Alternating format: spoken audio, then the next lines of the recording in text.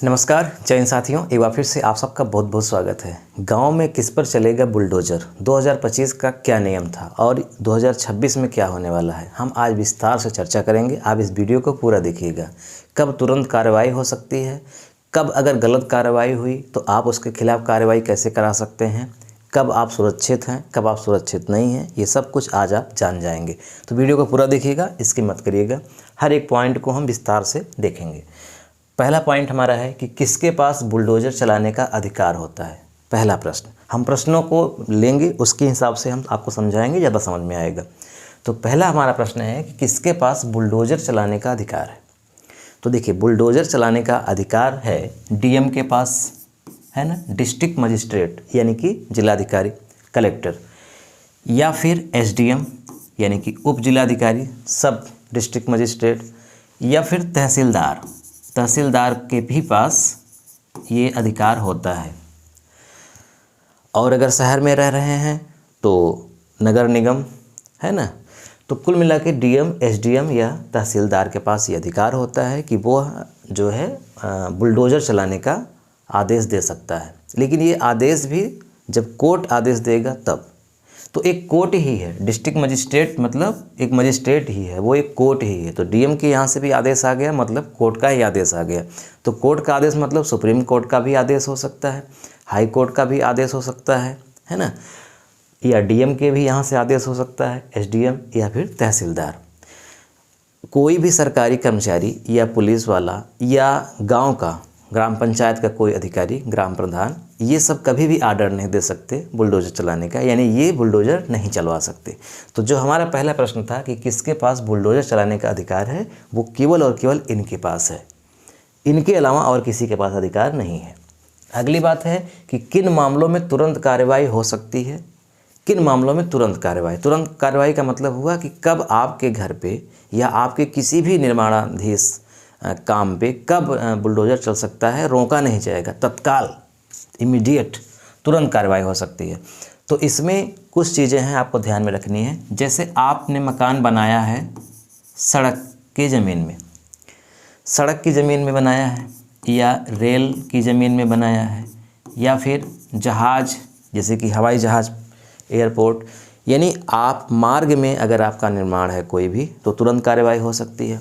इसके अलावा अगर आप गांव में रहते हैं तो आपके पास जो आपकी ज़मीन है वो अगर तालाब पर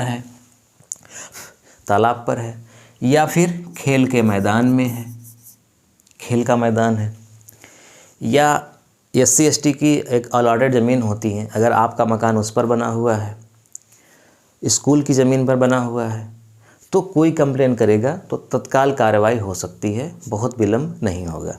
तो सड़क, रेल, जहाज, तालाब, खेल के मैदान, इन पर आपका निर्माण नहीं होना चाहिए कुल मिला के। तो यहाँ पे तुरंत कार्रवाई हो सकती है। हालांकि ऐसे कार्रवाई नहीं होती, कोई कंप्लेन करता है, बात पहुँचती है प्रशासन के पास, इंक्वायरी होती है, और अगर सही पाया जाता है तब कार्रवाई होती है। अन्यथा ऐसे ही न जाने कितने निर्माण अभी भी पड़े हुए हैं, भविष्य में भी पड़े रहेंगे, जल्दी बुलडोज़र चलने वाला नहीं है। लेकिन जब कंप्लेन होगा कंप्लेन एक तो दुश्मनी के भाव में होता है गांव में, दूसरा हो सकता है कि बहुत ज़रूरी हो, ग्राम पंचायत ही चाह रही हो कि वो ज़मीन जो आपने अतिक्रमण किया है वहाँ पे कुछ सरकारी काम हो, तो ग्राम पंचायत भी शिकायत कर सकती है। तो यहाँ पे तत्काल कार्रवाई हो सकती है। सामान्य नियम इसका क्या है, नोटिस और सुनवाई ज़रूरी है। इसका सामान्य नियम ये है कि जैसे आपका मकान सड़क के किनारे है या तालाब पर बना हुआ है, तो ऐसे ही बुलडोज़र आकर के तुरंत उस पर नहीं चलने लगेगा।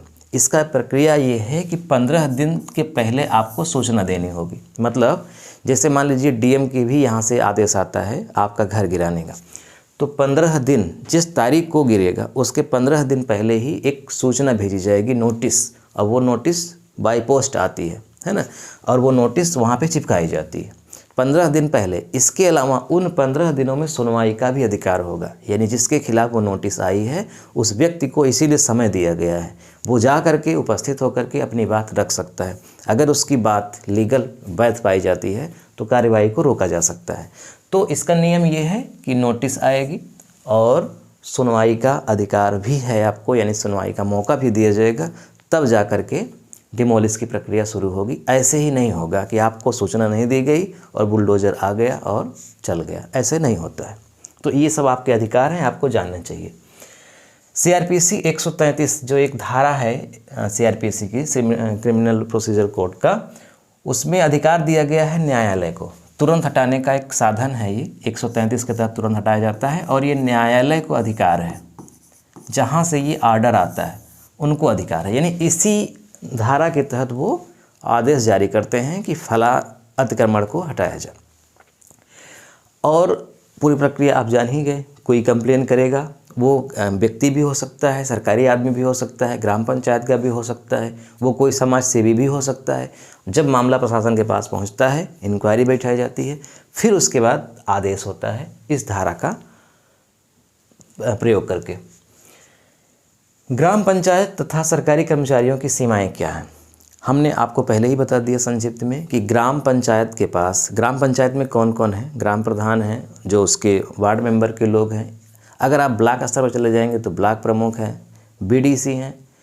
तो इनके पास कोई अधिकार नहीं है, यानी ये कभी भी बुलडोज़र की कार्रवाई नहीं करा सकते। ये लोग केवल और केवल शिकायत कर सकते हैं, कंप्लेन कर सकते हैं कि हमारे यहाँ पे अतिक्रमण हुआ है। इसकी शिकायत वो कर सकते हैं तहसील में, SDM के पास, DM के पास, कोर्ट में, इसकी शिकायत कर सकते हैं। बस इतना ही अधिकार है। पैरवी कर सकते हैं कि आज जल्दी से जल्दी कार्रवाई होनी चाहिए, लेकिन वो खुद आदेश नहीं कर सकते, खुद वो बुला करके बुलडोज़र नहीं चला सकते। ये इनकी सीमाएं हैं। सरकारी कर्मचारियों की भी यही सीमाएं हैं। यानी कभी भी थाने के दरोगा बुलडोज़र लेकर के आपका मकान गिराने के लिए नहीं आ सकते। वो इसलिए आते हैं कि आप विरोध न करें, बस विरोध रोकने के लिए। बाकी आर्डर आया है कोर्ट से ही। तो कोई भी सरकारी कर्मचारी, अधिकारी कभी भी ये काम नहीं करा सकता। बाकायदे आपको सूचना मिलेगी, नोटिस आएगी और फिर आपको सुनवाई का अधिकार होगा।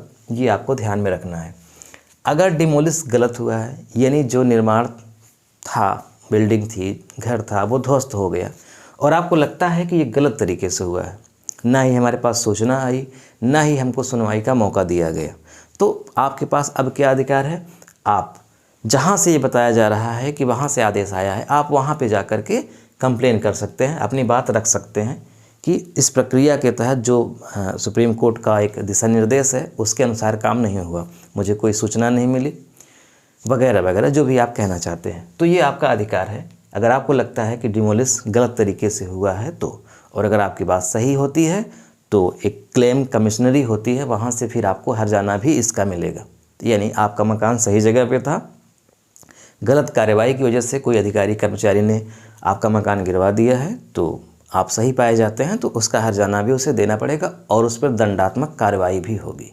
यानी जो भी अथॉरिटी ये काम करती है उसके खिलाफ इंक्वायरी बैठेगी, वह जिम्मेदार अगर होती है तो उसके खिलाफ कार्रवाई होगी। इसके अलावा अगर कोई बुलडोज़र की धमकी दे तो क्या करें? मतलब आपका मकान बना हुआ है या कुछ भी है और बार बार कोई धमकी दे रहा है, हो सकता है ग्राम प्रधान धमकी दे रहा हो, ब्लॉक प्रमुख धमकी दे रहा हो, कोई समाज सेवी या कोई भी व्यक्ति धमकी दे रहा हो कि बुलडोज़र की कार्रवाई हो सकती है या होने वाली है, इस तरह से, तो क्या क्या चीज़ें आपको ध्यान में रखनी है ये आप पढ़ लीजिए। पहली बात, नोटिस मांगे। आप उनसे नोटिस मांगे कि दिखाइए नोटिस, कहाँ है ऐसा आर्डर जिसकी आप बात कर रहे हैं। तो नोटिस मांगे, कहें, लिख कर मांग कर दीजिए कि नोटिस दिखाएं, कौन सा अधिकारी किस धारणा पर और कब जारी हुआ था। मतलब कुल मिला के आप नोटिस उनसे मांगिए और बताइए कि ये नोटिस कहाँ से जारी हुई है, पहला चीज़। दूसरा, नोटिस की कानूनी वैधता की जांच करें। अगर वो नोटिस दिखा भी देता है तो उसकी कानूनी वैधता क्या है, क्या वो फर्जी तो नहीं है, इसकी भी आप जांच कराइए।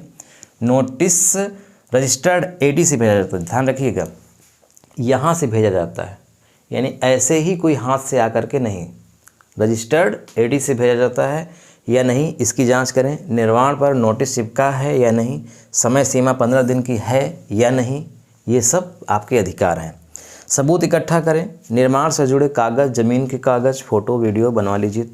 मतलब जो आपका निर्माण है वो सही जगह पे है तो इसका आपके पास डॉक्यूमेंट्स भी होना चाहिए, प्रूफ भी होना चाहिए। तो ये सारी चीज़ें आप होशियार हो जाइए और रख लीजिए अगर कोई धमकी दे रहा है तो। स्थानीय नेता, काउंसलिंग, MLA से संपर्क, ये भी हो सकता है। पॉलिटिकल प्रेशर कभी कभी काम आता है, लेकिन सावधानी के साथ। अगर आप किसी विधायक के पास गए, सांसद के पास गए और उनसे आप सिफारिश लगवाए, जिस अथॉरिटी से, जहाँ से नोटिस आया हुआ है या आने वाला है, वहाँ से प्रेशर पड़ा, तो ये भी हो सकता है कि आप सचमुच अवैध निर्माण किए हों, इसीलिए आप जो है जाकर के सिफारिश करवा रहे हैं। तो ये कभी कभी उल्टा भी पड़ जाता है, कार्रवाई नहीं भी होने वाली होगी तो भी हो जाएगी। तो ध्यान रखिएगा, ये तभी करना है जब आप बिल्कुल वैध हों, लीगल हों, मतलब आप सही जगह पे आपका निर्माण हुआ हो, तब आप किसी भी पॉलिटिकल पार्टी के नेता से मिल सकते हैं, अन्यथा नुकसान हो सकता है। कानूनी मदद लें। अगर नोटिस त्रुटिपूर्ण या बिना नोटिस कार्रवाई की बात है तो लोकल वकील से भी आप संपर्क कर सकते हैं। तो ये आपके कुछ अधिकार हैं जिन्हें आपको ध्यान में रखना है। 15 दिन पहले सूचना मिलती है, नोटिस आती है, सुनवाई का मौका मिलता है, तभी जाकर के कार्रवाई होती है, ऐसे ही कार्रवाई नहीं होती।